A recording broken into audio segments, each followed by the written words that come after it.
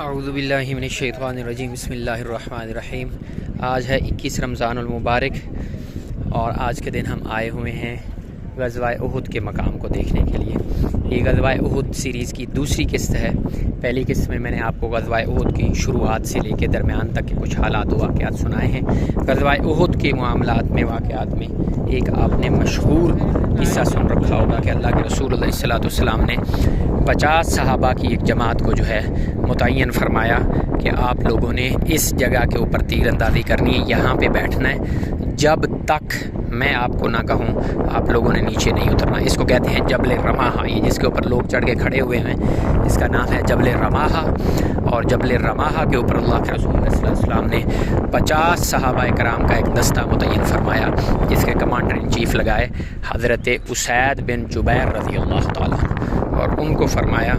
کہ آپ لوگوں نے ان کی کمان کرنی ہے اور یہاں سے ان کو نہیں ہلنے دینا، اور جب کفار مکہ کے گھوڑے اس طرف سے ہمارے اوپر حملہ آور ہونا تو آپ نے ان کے حملے کو روکنا ہے۔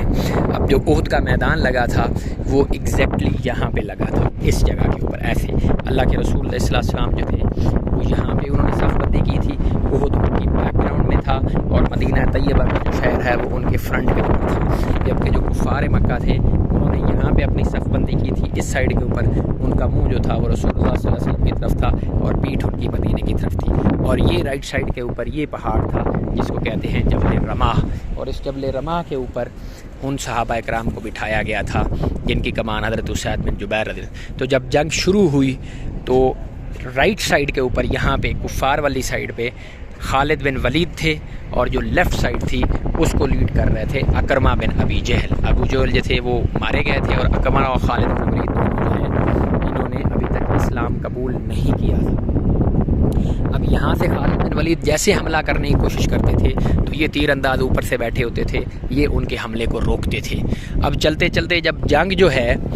اس کا پانسا مسلمانوں کی طرف پلٹ گیا تو یہاں پہ جو تیر انداز تھے ان میں سے 40 کے قریب جو صحابہ تھے انہوں نے کہا یار اب تو ہم ظاہراً جیت رہے ہیں، لہذا کیوں نہ ہم مال غنیمت اکٹھا کریں، جبکہ حضرت اسید بن جبیر رضی اللہ عنہ نے فرمایا کہ نہیں اللہ کے رسول صلی اللہ علیہ وسلم نے منع فرمایا ہوا ہے، لہذا آپ لوگ نیچے نہ اترے۔ انہوں نے بات نہیں مانی، انہوں نے کہا اب تو فضول ہے، اب تو کفار ویسے ہی سارے بھاگ گئے ہیں، لہذا یہاں پہ کھڑا ہونا جو ہے وہ بے معنی ہے۔ لیکن حضرت اسید بن جبیر اور کہا جاتا ہے کہ 9 صحابہ اکرام اور تھے جنہوں نے اللہ کے رسول علیہ السلام کی اس بات کو نہیں پس پشت ڈالا، اور انہوں نے اپنی پوزیشن اسی کے اوپر ہی رکھی، اسی پہاڑ کے اوپر رہے۔ اور اس کے بعد جب لوگ بھاگ رہے تھے مشرکین مکہ تو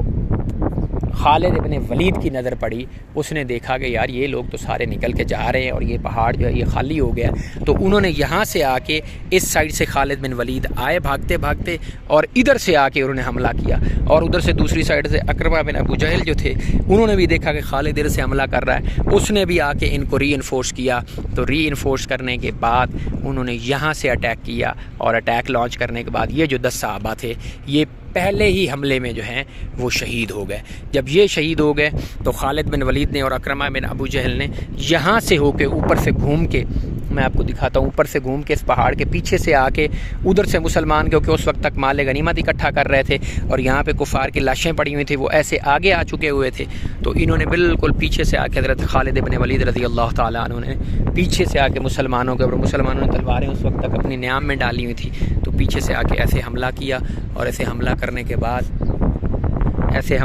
کے بعد انہوں نے پھر مسلمانوں کی جو ہیں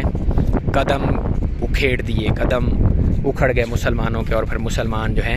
وہ ادھر ادھر تتر بتر ہو کے بھاگنے لگے۔ تو یہ میں نے آپ کو نقشہ کھینچا اس کا جبل رماح کا۔ جبل رماح کے اوپر مسلمانوں کی وہ ایک جماعت جس نے رسول اللہ صلی اللہ علیہ وسلم کی حکم عدولی کی، حکم عدولی کرنے کے بعد مسلمانوں کا جو حال ہوا غزوہ احد میں وہ آپ کے سامنے ہے، تو میں نے سوچا آپ کو میں یہ دکھا دوں۔ اس کے بعد آگے وہاں پہ یہ جو سارا کمپاؤنڈ ہے یہ غزوہ احد کا ہے، یہاں پہ غزوہ احد لڑا گیا، اور ادھر پھر یہ مسجد سید الشہداء ہے، مسجد سید الشہداء کے ساتھ حضرت سیدنا امیر حمزہ رضی اللہ تعالیٰ کا وہاں پہ مزار ہے، میں آپ کو ادھر لے کے جاؤں گا، وہ دکھاؤں گا، اور پھر جو شہداء احد کے دوسرے مزارات ہیں آپ کو وہ بھی دکھاؤں گا۔ شہداء احد کو پھر اللہ کے رسول علیہ السلام نے کہاں پہ تدفین کی، اور وہاں پہ ایک غار ہے جہاں پہ اللہ کے رسول علیہ السلام جب یہ سارا مکمل ہو گیا مارکا تو اس کے بعد اللہ کے رسول علیہ السلام نے وہاں پہ پناہ حاصل کی، وہ غار بھی آپ کو دکھاؤں گا۔ اگلی ایپیسوڈز اگر آپ نے دیکھنی ہیں تو سبسکرائب کر لیں، ویڈیو اچھی لگی ہے تو لائک کر دیں اور اپنے فرینڈز کے ساتھ شیئر کر دیں، ان لوگوں کے ساتھ خاص طور پہ جن کو یہاں آنے کے ابھی تک مواقع نہیں ملے۔